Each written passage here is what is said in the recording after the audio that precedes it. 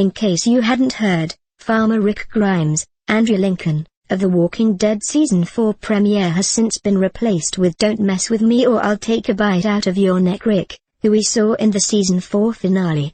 And now it sounds like our protagonist will only continue down this ruthless and violent road come Season 5. As Andrew Lincoln, Rick Grimes, explains to Entertainment Weekly in the video below, you stand alongside Rick, your family. You stand in opposition to him, you're a problem. This not-so-new yet intensified philosophy isn't great news for the termites who, after locking Rick and CO in a train car at the end of Season 4, were unequivocally against him.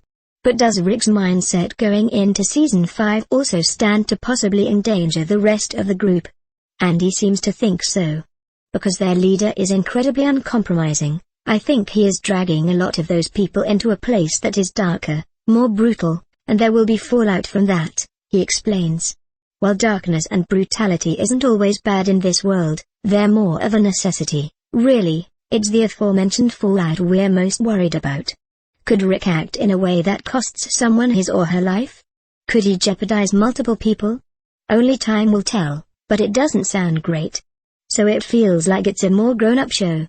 It feels like we're heading into the heart of darkness, Andy continues. Brutal is the word for this season.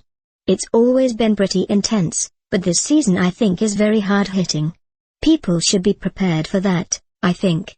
Andy goes on to say that, although Rick is likely more complete than we've ever seen him before, he's also assured and confident in a way that could put himself, and others, in jeopardy. He's a man who doesn't doubt himself anymore, and he's accepted his brutality as much as his humanity. So I think he's in an incredibly powerful and dangerous place, Andy concludes. Poor Rick. If he's too passive, the governor, David Morrissey, attacks and Herschel Green, Scott Wilson, ends up dead, but if he's too savage it appears there's a whole other set of consequences.